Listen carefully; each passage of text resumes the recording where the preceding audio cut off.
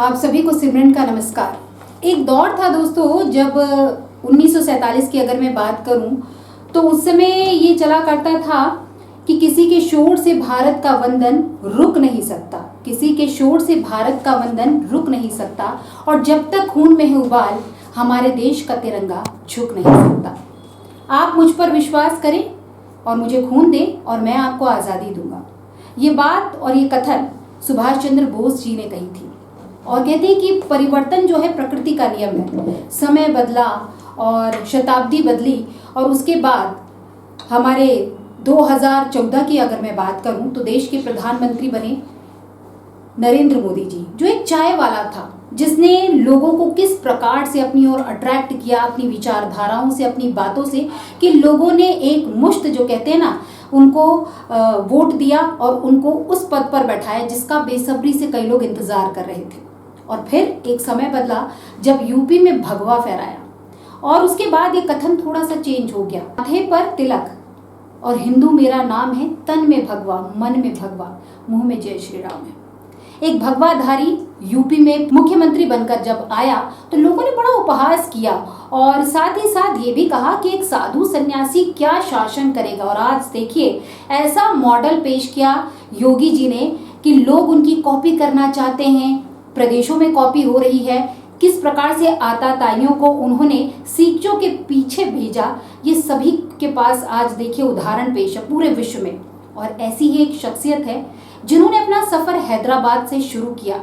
जन्म हैदराबाद में हुआ, उसके बाद देवी देवताओं की मूर्तियां बनाना, ऑडियो वीडियो अपना कैसेट बनाना, फिर अपना एजुकेशन, उसके बाद राजनीति और टीडीपी के बाद अगर मैं बात करूं तो बीजेपी ज्वाइन करना।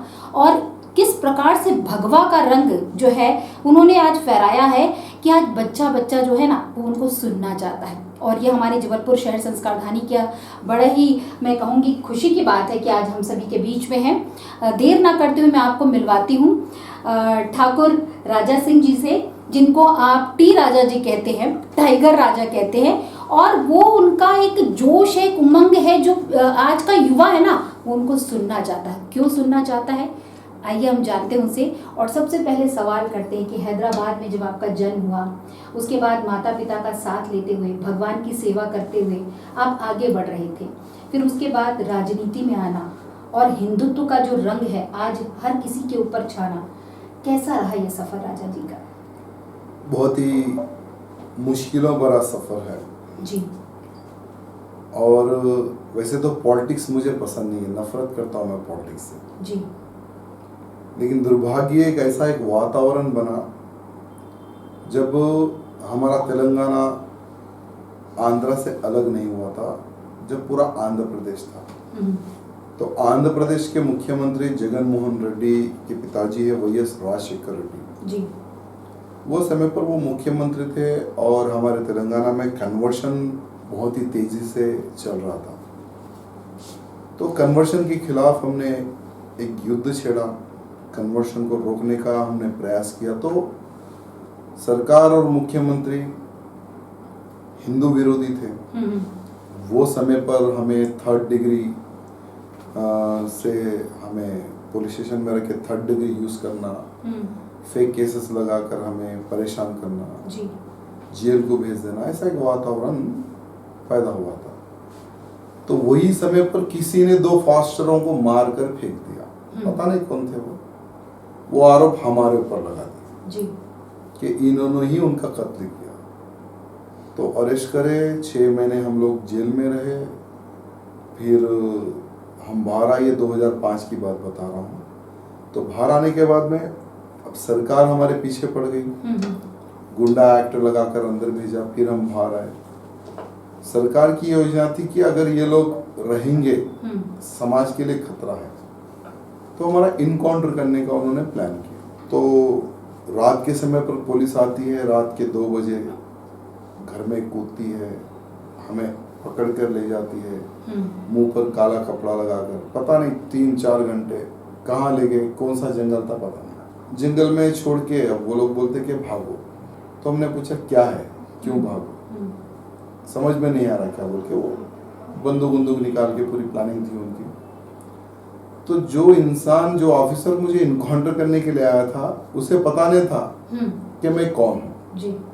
उसको सिर्फ इतना ही ऑर्डर मिला था कि इनको उड़ाना है, इनकाउंटर करना है। तो व्यक्ति ने पूछा, भाई आखिर तूने करा क्या गलती जो सरकार ने इतना बड़ा डिसीजन लिया?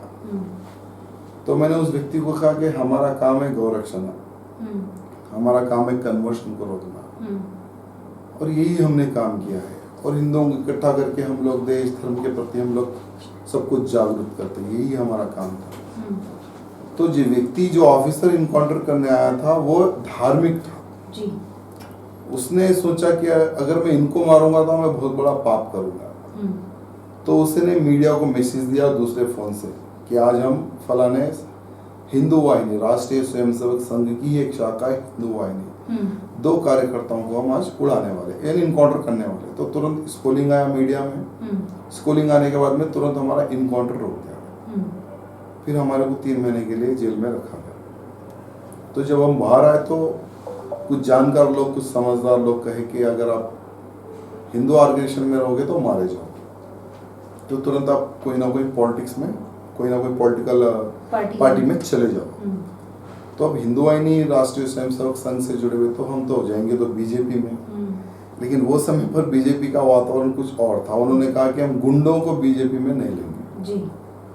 ये गुंडा शब्द कहाँ से आया? आप तो मानवता के लिए, आप तो कह सकते हैं कि इंसानियत के लिए लड़ रहे थे, गायों की रक्षा कर रहे थे, जिनको हम माता मानते हैं।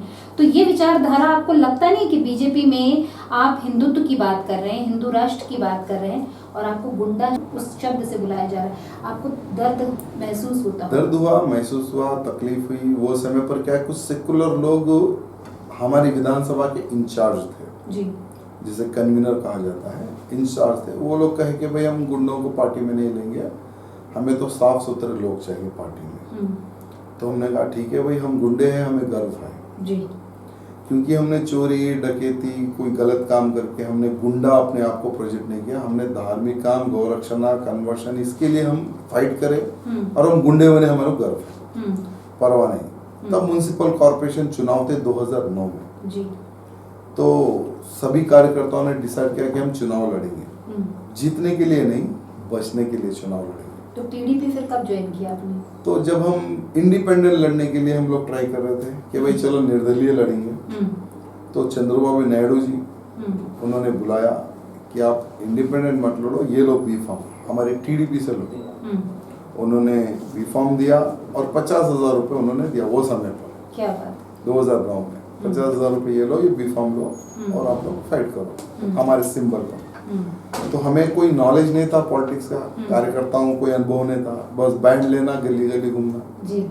अब किसी ने नहीं सोचा था कि हम लोग जीतेंगे चुनाव को। 50,000 में हम लोग पार्षद का चुनाव जीते। क्या बात है। और बीजेपी 3rd प्लेस, वो समय पर कांग्रेस 2nd प्लेस। वो लोगों ने 50 लाख रुपए खर्च किए, लेकिन हम 50,000 में नगर निगम चुनाव 2009 में जीते। जीतने के बाद में भी देखिए, अब एक हमारा क्या आ गया, एक प्रोटेक्शन आ गया कॉर्पोरेटर का। क्या बोले तो भाई कॉर्पोरेटर। तब हम लोगों ने और एग्रेसिव गौरक्षणा स्टार्ट की और कन्वर्शन को रोकने का हम लोग बहुत ही तेजी से काम कर। कुछ लोग बात से सुनते थे, कुछ लोग लास्ट से सुनते थे वो समय पर, फास्टर्स। तो हम दोनों भाषाओं को समझाते थे, कन्वर्शन को रोकने का काम करते थे। तो 2009 से 2010, 11, 12, 13 तक हम लोगों ने बहुत ही एग्रेसिव रूप से काम किया। तो टीडीपी में जो सेकुलर वोट बैंक था, जो सेकुलर नेताएं थे, जो कुरैशी एक कम्युनिटी होती है जो गौ हत्या करती है, वो कम्युनिटी पूरे नायडू जी के अग्निष्ट हो गई थी और एक प्रोटेस्ट करी थी नायडू जी के घर पे कि राजा सिंह को अगर आप टीडीपी में रखेंगे तो हम टीडीपी छोड़ देंगे। ये हमारे लोगों को गाली देता है, गौ रक्षा के नाम पर हमसे जानवर, वो लोग जानवर बोलते हैं, हमसे जानवर खींच लेता है। इस तरह से वो लोगों ने प्रोटेस्ट किया। अब नायडू जी सेकुलर है, उन्होंने मुझे बुलाया कि आप या आपका तरीका चेंज करो, नहीं तो पार्टी चेंज करो। तो हमने कहा कि कोई बात नहीं, हमारी ओर से अगर आपको पार्टी को तकलीफ होती है तो हम आपकी पार्टी छोड़ देंगे। तो तुरंत हमने पार्टी को रिजाइन किया। तो बीजेपी वालों ने आह्वान किया वो समय कि भाई आप, आपका स्वागत जी। तो बीजेपी में गए। फिर तुरंत 3 महीने के बाद में चुनाव था 2014, तो फिर बी फॉर्म मिला। वो समय पर भी एक तरफा जीत हुई थी। एक मिनिस्टर हमारे अपोजिशन में, एक कांग्रेस का बीसी मिनिस्टर जी, उसकी और हमारी फाइट, उनके सामने छोटे से बच्चे वो समय पर जीतते नहीं सोचते कि क्या होगा, चलो लड़ेंगे अब मैदान में तो उतरेंगे, लेकिन इतनी मेजोरिटी से हमारी जीत थी जितने वोट मिनिस्टर को भी नहीं है। राज्यसभा सांसद भी था कोई आपके साथ शायद, थे और वो केंद्रीय मंत्री जी भी। जी जी। तो वो समय पर 2014 में पहली बार विधायक बना, और तब से लेकर आज तक वही धार्मिक काम, वही हिंदू राष्ट्र का संकल्प, वही जेल जाना, वही बाहर आना, संघर्ष अभी तक जारी है। कहते हैं कि सोना जितना तपता है उतना ज़्यादा चमक लाता है, और वो चमक जो है वो आपके व्यक्तित्व पर दिखता है। आपको फेसबुक से बैन किया गया और आपको कहा गया कि आप बहुत खतरनाक हैं, और आप सोचिए आज सोशल मीडिया का ज़माना है। हम जिस भारत को कहते हैं, प्रधानमंत्री नरेंद्र मोदी जब विदेश में जाते हैं लोग नमस्कार कह के संबोधन करते हैं, बड़ा गर्व होता है। लेकिन आप जिस भारत को विश्व गुरु कहते हैं, हम जिस भारत में रहते हैं, वहाँ पर एक विदेशी कंपनी आप जैसे व्यक्तित्व पर बैन लगाती है, इस प्रकार का टैग लगाती है, तो आपको लगता नहीं कि हम भारत में रह रहे हैं, कहीं और रह रहे हैं। हम उस भारत में रह रहे हैं जब रामनवमी पर पथराव होता है हमारे ऊपर। हम उस भारत में रह रहे हैं जहां पर खुद बीजेपी कार्यकर्ताओं को पश्चिम बंगाल में कत्लेआम किया जा सकता है। और आप बताइए साउथ में किस प्रकार से आरएसएस के कार्यकर्ताओं का गला काट दिया जाता है, और सर तन से जुदा होने वाले आज फ्री घूम रहे हैं, और नुपुर शर्मा जैसे जो लोग हैं उनकी जुबान बंद कर दी जाती है। क्या कहें? देखिए, सोशल मीडिया एक ऐसा प्लेटफॉर्म था हमारे लिए, क्योंकि हम सोशल मीडिया में बहुत एक्टिव थे। हम जो भी कार्य करते थे तुरंत उसको अपलोड करना जी, फेसबुक के माध्यम से, यूट्यूब के माध्यम से, अभी इंस्टाग्राम आया उसके माध्यम से उसका प्रचार करना। और तेलंगाना में सबसे ज़्यादा स्ट्रॉन्ग सोशल मीडिया हमारा ही था, सबसे ज़्यादा फॉलोअर हमारे थे। जब हमारा 1 करोड़ तक हम लोगों ने फेसबुक में सभी कार्यकर्ताओं को जोड़ के रखा था, फर्स्ट उसको उन्होंने ब्लॉक कर दिया। फिर उसके बाद में फिर से हमने न्यू पेज खोला, बहुत ही मुश्किल से 71 लाख तक कार्यकर्ताओं को जोड़ा। तब राहुल गांधी जो पप्पू है, जो कांग्रेस में एक बहुत बड़े जोकर है, उन्होंने मेरे फेसबुक को ले लेकर ट्वीट कर दिया था। वो बहुत बड़ा न्यूज़ बना था, नेशनल इशू हुआ था। अमेरिका जैसे कंट्रीज में पेपरों में छपने लगा कि बीजेपी में ऐसे भी खतरनाक लोग हैं जो सोशल मीडिया में हिंदुत्व की बात करते हैं, हिंदुज़म की बात करते हैं, इनकी वजह से ही हिंदू मुस्लिम दूर होते हैं बोल के राहुल गांधी ने जब ट्वीट किया, वो इश्यू हुआ, तो फेसबुक ने टोटली मुझे बैन कर दिया। उसके बाद में इंस्टाग्राम चला, उसको भी इंस्टाग्राम ने भी मुझे बैन कर दिया। अब हाल ही में बहुत से बहुत एक 15 दिन हो रहे जिसमें मेरे 10 लाख यूट्यूब में फॉलोअर थे, यूट्यूब ने भी मुझे बैन कर दिया। आपको नहीं लगता कि अब आपको सोशल मीडिया की कोई ज़रूरत नहीं है? अब आप इतने ज़्यादा लोकप्रिय हो गए हैं कि जहां आपका जनसभा होती है वहां लाखों की तादाद में यूथ, हर उम्र के लोग आपको सुनने आते हैं। तो सोशल मीडिया अब आपके लिए ज़रूरत नहीं है, क्योंकि लोग आपको जानते हैं। आज आप देखिए साउथ से कहाँ एमपी आए हैं, और एमपी से भी आप नरसिंहपुर गए, गोटे गांव गए, और वहाँ के लोगों ने आपको सुना। तो यहाँ अगर मैं बात करूँ, एमपी आकर आपको कैसा लगा, कैसा रहा अनुभव? बहुत अच्छा अनुभव रहा, क्योंकि इतने जगहों पर स्वागत कार्यक्रम हुए, बहुत अच्छे कार्यकर्ता मिले, और 4 देशभक्तों की प्रतिमाओं का अनावरण हुआ, जिसमें प्रहलाद पटेल जी केंद्रीय मंत्री और उनके भाई जालम सिंह जी, उन्हीं के करकुमलों द्वारा बहुत ही सुंदर कार्यक्रम हुआ। बहुत अच्छा लगा। यानी हम कर्नाटक, महाराष्ट्र, राजस्थान, वो एरिया में हम हजारों की संख्या में, लाखों की संख्या में कार्यकर्ताओं को संबोधित करते हैं, और यहाँ पर भी हजारों की संख्या में लोग बैठे हुए 4-4, 5-5 घंटे से। बहुत अच्छा लगा। अभी देखिए बरसात हो रही, हम जब वापिस आ रहे तो भी लोग रास्ते में खड़े हुए हैं भीगते हुए कि भैया हम एक बार मिलेंगे, स्वागत करेंगे। बहुत अच्छा वातावरण मुझे हमारे एमपी में मिला, क्योंकि हमारे पूर्वज एमपी के ही। क्या बात है, मध्य प्रदेश से ही हमारे पूर्वज तो मैं आपसे एक आशा करती हूँ कि अतुल भाई जैसे हर एक सेलिब्रिटीज को बुलाते हैं, बहुत जल्द आप जबलपुर शहर में लोगों को संबोधित करेंगे और हमको आपको सुनने को मिलेगा। 31 मार्च ऑलरेडी फिक्स हो गया डेट।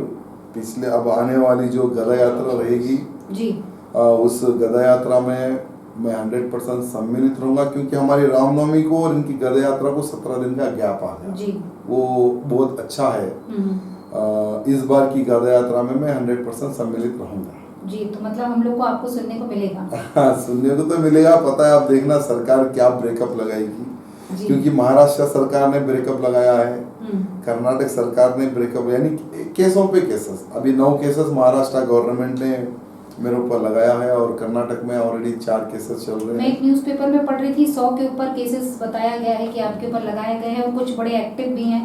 और दूसरी बात ये है कि आप हिंदुत्व की बात कर रहे हैं। हिंदुत्व 2014 के बाद से काफ़ी ज़्यादा जो है लोगों के बीच में सुनने को मिल रहा है शब्द, लेकिन ये शब्द पहली बार अगर मैं बात करूं तो वीर सावरकर ने यूज़ किया था हिंदुओं के प्रोटेक्शन के लिए एज अ कोड। आज हिंदुत्व की बात हम कर रहे हैं। आज आप देखेंगे कि इतनी यात्राएं, जैसे गदा यात्रा की अभी आपने बात की, लोग जुड़ रहे हैं, लोग जागरूक हो रहे हैं, लोग जाग रहे हैं और वो सनातन परंपरा को समझ रहे हैं। और आज विदेशी हमारी परंपरा को अपनाना चाहता है, क्योंकि प्राचीन सभ्यता जो हमारी है वो इतनी प्राचीन है, सनातनी परंपरा, कि लोग उसमें रमना चाहते हैं। लोग हमारे भगवान को पूजते हैं, हमारी वेशभूषा जो है उसको अपना रहे हैं। लेकिन दुर्भाग्य इस बात का है कि भारत में रह रहे कुछ लोग जो है आज पाश्चात्य संस्कृति की ओर अग्रसर हो रहे हैं। अगर मैं बच्चों की बात करूं तो बच्चे आज कॉन्वेंट में पढ़ते हैं, लेकिन आप उनसे श्लोक पूछ लीजिए, नहीं बनता है। आप उनसे पूछ लीजिए उनके घर में रामचरितमानस पढ़ी जाती है या रामायण पढ़ी जाती है, कोई जवाब नहीं आएगा। आप ये बताइए कि मुस्लिम जो है वो कुरान पढ़ता है, उसको उर्दू भाषा आती है। सिख जो है वो अपने गुरु ग्रंथ साहिब को पढ़ लेता है। आप क्रिश्चियन की बात कीजिए, बाइबल पढ़ता है। लेकिन क्या कारण है कि हम सनातनी जो हैं वो वेद नहीं पढ़ पाते? क्योंकि हमको संस्कृत नहीं आती, हम गीता के बारे में ज्ञान नहीं रखते। लोग आकर कहते हैं आपके गीता में फला पेज पे ये लिखा है, तो हम वो मान लेते हैं और हम गीता उठाते हैं और जलाने की कोशिश करते हैं, फाड़ देते हैं। क्या ये सही है? ये आजकल देखिए, हमारे ग्रंथों को फाड़ने की बात कर रहे हैं, हमारे ग्रंथों को जलाने की बात कर रहे हैं। कुछ जगहों पर तो सिर्फ मीडिया में आने के लिए जलाया भी गया। रामचरितमानस ऐसे हमारे पवित्र ग्रंथ को जलाया गया। नीचे जला रहे, ऊपर चिकन बना रहे। ऐसा भी बंगाल में कुछ लोगों ने इतना गंदा काम किया। अगर वही हम कोई हरी किताब को अगर जला देते तो पूरे देश में आग लग जाती। लेकिन दुर्भाग्य हमारा हिंदू बिखरा हुआ है, जाति के नाम पर, पॉलिटिक्स के नाम पर हमारा हिंदू बिखरा हुआ है। उसके अलावा हमारे हिंदू धर्म में वैसे तो भूतो ना भविष्य, हमारा इतिहास कभी खत्म नहीं हो सकता, लेकिन दुर्भाग्य हमारी संस्कृति को हम फॉलो नहीं करते। जैसे आज की सभा में मैंने सबको एक रिक्वेस्ट किया है कि अगर 1 घंटा रोजाना 1 घंटा, जैसे हर एक के पास स्मार्टफोन है, अगर आप 1 घंटा देशभक्तों के बारे में अगर रिसर्च करेंगे कि देश आज़ाद किनके द्वारा हुआ और उनका बलिदान क्या है, वो समय पर अगर फांसी पे ना चढ़ते, वंदे मातरम भारत माता का स्लोगन ना लगाते, अंग्रेजों से लोहा ना लेते, तो क्या आज हम आज़ाद होते? बिल्कुल नहीं होते। तो उनका इतिहास पढ़िए आप। सोशल मीडिया में हर एक स्वतंत्र सेनानी का इतिहास आपको गूगल में देखो, यूट्यूब पे देखो, है इतिहास। कम से कम 1 घंटा कोई ना कोई एक देशभक्त के बारे में अगर आप जानोगे तो आपके बच्चों को आप बताएंगे। तो यही सबसे बड़ा कारण है कि हम लोग धर्म के बारे में जानने के लिए हमारे पास फुर्सत नहीं। आज देखिए जितने भी जो फैमिलीज है, अगर जैसा घर का काम समाप्त हो जाता है तुरंत टीवी खोलेंगे या कोई मूवी देखेंगे ओटीटी पर, या कोई सास बहू साजिश, उस प्रकार में वो लोग बिजी हो जाते हैं। तो अगर हमारे माँ बाप, जो भी बच्चों के माँ बाप, अगर वो खुद ज्ञान प्राप्त नहीं करेंगे तो क्या बच्चों को ज्ञान देंगे वो लोग? और यही सबसे बड़ा नुकसान हो रहा है। आज अगर हम दूसरे किसी का, खैर हिंदू धर्म एक ही धर्म है, दूसरा का कोई धर्म नहीं है, फिर भी अगर हम उनकी अगर बात करेंगे तो उनमें एक सिस्टम, क्योंकि ये कई 100 वर्षों पहले उनका एक षड्यंत्र रचा गया, एक सिस्टम बनाया गया। जैसे आज 50 से अधिक इस्लामिक देश इनके क्यों बने? सिस्टम से जा रहे हो। आने वाले समय में हमारा भारत देश का अगर हिंदू नहीं जागा, अगर हमारी संस्कृति के लिए अगर फाइट नहीं करा, हर हिंदू जातिवाद को बाजू रखकर अगर इकट्ठा नहीं हुआ, दूसरा और एक इस्लामिक देश बनेगा, वो होगा भारत। क्योंकि हम लोग तुरंत बिखर जाते हैं पार्टीवाद के नाम पर, जातिवाद के नाम पर। इसलिए मैं सभी जहाँ जहाँ मेरा कार्यक्रम होता है, सभा रैलीज होती है, सबको एक रिक्वेस्ट करता हूँ, जाति को बाजू रखो, हिंदुत्व के नाम पर इकट्ठा हो जाओ और हमारे संस्कृति के बारे में जानो, हमारे धर्म के बारे में जानो और अपने बच्चों को बताओ। जब तक ये काम प्रारंभ नहीं होगा ना, आप हम कितनी भी सभाएं, कितना भी कुछ भी काम कर लो, लोग आएंगे, सुनेंगे, चले जाएंगे, लेकिन हमारा धर्म नहीं बचेगा आने वाले समय में। हिंदू राष्ट्र की बात हो रही है, बहुत सारे साधु सन्यासी जो हैं इसके लिए प्रयास कर रहे हैं, लोगों को जोड़ रहे हैं। और अभी आपने करंट अगर न्यूज़ सुनी होगी तो बागेश्वर धाम के धीरेन्द्र शास्त्री की बात कही जा रही है और धीरेन्द्र शास्त्री बाकायदा बेखौफ होकर बोलते हैं कि मेरा एक ही लक्ष्य है, हिंदू राष्ट्र, हिंदू राष्ट्र और हिंदू राष्ट्र। और आपने देखा किस प्रकार से महाराष्ट्र में जब वो गए और उनको बदनाम करने की कोशिश की गई, लुटेन मीडिया उनके पीछे पड़ गई, कहीं ना कहीं उनके हौसले को पस्त करना था, उनको भगाना था, उनकी बात को झूठा साबित करना था। लेकिन कहते हैं कि साँच को आँच नहीं। आज देखिए नेगेटिविटी ने उनको कितना लोगों तक पहुंचा दिया, जो नहीं जानता था वो भी जानने लगा। एक भिक्षा यात्रा लेकर एक तपस्वी चल रहे हैं, वो भी लोगों को जोड़ने की बात कर रहे हैं, हिंदू राष्ट्र की बात कर रहे हैं। तो आपको नहीं लगता है कि आज ये जो सभी साधु संत हैं, कथावाचक हैं, इनके सपोर्ट में आकर आप जैसे लोगों को भी आगे बढ़ना चाहिए? आज एक मैं बात करूं कि एक अलग नई पार्टी आ रही है, एकम सनातन, जो सनातन की बात कर रही है। तो कभी अगर आपको भविष्य में ऐसा मौका मिलता है कि वो लोग आपसे कांटेक्ट करें, तो क्या आप ज्वाइन करने के बारे में सोचेंगे? देखिए, मैं मोदी जी को और भारतीय जनता पार्टी को नुकसान होते हुए नहीं देख सकता जी, क्योंकि भूतो न भविष्य किसी ने नहीं सोचा था कि धारा 370 हटेगी। बिल्कुल। लेकिन प्रधानमंत्री मोदी जी है, अमित शाह जी है, जिन्होंने डंके की चोट पर बिना एक छोटे से एक्सीडेंट से धारा 370 उखाड़ के फेंक ट्रिपल तलाक पर कानून लेकर आया, श्री राम मंदिर। आज हम यानी मैं तो कभी नहीं सोचा था कि मैं जीते जी राम मंदिर बनते हुए देख सकूंगा, लेकिन आज भव्य राम मंदिर की स्थापना हो रही है और नेक्स्ट टारगेट काशी और मत हो रहा है। ये हो रहा है मोदी जी के काले में, लेकिन स्लो होगा पक्का, क्योंकि सबको सहमति में लेकर ये कार्य कर रहे हैं। ठीक है, हर इंसान को अधिकार है, कोई नई पार्टी खोलता है, विचारधारा में कुछ भेदभाव हो सकता है। आज मैं पार्टी से बाहर हूँ, सस्पेंड हूँ, मैं चाहूँ तो कोई ना कोई पार्टी को जोड़ सकता हूँ या नई पार्टी बना सकता हूँ, कुछ भी कर सकता हूँ, लेकिन नहीं, विश्वास, मैं एक व्यक्ति हूँ और मेरे एक व्यक्ति के कारण बीजेपी को लाश ना पहुंचे, मोदी जी प्रधानमंत्री को किसी प्रकार का कोई, क्योंकि उनको देखकर तो हम राजनीति में हैं। तो 2024 में कोई ताकत नहीं रोक सकती। फिर से एक बार मोदी सरकार पक्का है, उसके बाद में भी मोदी सरकार ही बनेगी। कुछ सख्त होना पड़ेगा उनको, आपको क्या लगता है? ऐसा है, बहुत ज्यादा उदारता जो होती है ना, वो अति हो जाती है। और कहते हैं कई बार कि भय बिना होत न प्रीत। तो जब तक आप थोड़ा सख्त नहीं होंगे तो लोग सुधरते नहीं हैं। यूपी का उदाहरण ताजा है। मोदी जी बहुत प्यारे इंसान हैं जी, वो कभी सख्त नहीं होते। वही अमित शाह जी को देख लो आप, बिल्कुल, उनसे कोई बात नहीं करता, वो उतने सख्त है खुद के, यानी तो नरम गरम रहना चाहिए ना। मोदी जी एक प्यार का प्रतीक है जी। उनसे कोई भी व्यक्ति मिलता है ना, तो एकदम ऐसा वो व्यक्ति महसूस करता है कि स्वामी विवेकानंद जी सामने खड़े हो गए। थोड़ा सा सख्त हुए थे, मैं आपको इसलिए रोकना चाहूंगी। उरी और अगर मैं बात करूं एयर स्ट्राइक की, तो उनका वो थोड़ा सा वो जो रूप है ना उग्र, वो दिखा था। देखिए, मोदी जी जिस दिन उग्र हो जाएंगे, पाकिस्तान खत्म हो जाएगा जी, ये मैं आपको डंके की चोट पे बोल रहा हूँ। मोदी जी एक ऐसे इंसान है, आखिरी दम तक युद्ध नहीं होना, खून खराबा नहीं होना, सब लोग अच्छे रहना, ऐसी सोच रखकर आगे बढ़ते हैं। और जिस दिन समझो वो उग्र हुए, जैसे एयर स्ट्राइक हो जाएगा, बहुत कुछ हो जाएगा, ऑलरेडी हुआ है। अगर पाकिस्तान, ठीक है, पाकिस्तान देखिए एक दुर्भाग्य क्या है पाकिस्तान का, वहाँ के प्रधानमंत्री के कंट्रोल में आईएसआई नहीं है। बिल्कुल। और आज एक फैक्ट्री, यानी आतंकवादियों की फैक्ट्री अगर कोई है तो वो है बांग्लादेश, वो है पाकिस्तान। खुद पाकिस्तान भी चाहकर आईएसआई आतंकवादियों को कंट्रोल नहीं कर सकता, अनकंट्रोल है। इसलिए कंट्रोल में अगर आईएसआई आतंकवादी अगर आना है तो वो एक रास्ता है, पाकिस्तान पर हमला। और आज नहीं तो कल आप देखेंगे हमारी भारत देश की सेना पाकिस्तान में जितने भी जो आतंकवादी है, आईएसआई के लोग हैं, उनका नामो निशान पक्का मिटेगा और पाकिस्तान की जनता सपोर्ट करेगी। चलते चलते क्या संदेश देना चाहेंगे संस्कारधानी वासियों को? मैं सबको यही निवेदन करना चाहूँगा, खास करके मध्य प्रदेश के हमारे नौजवानों को, हमारा देश और हमारा धर्म, इसकी सुरक्षा आप सबके हाथ में है।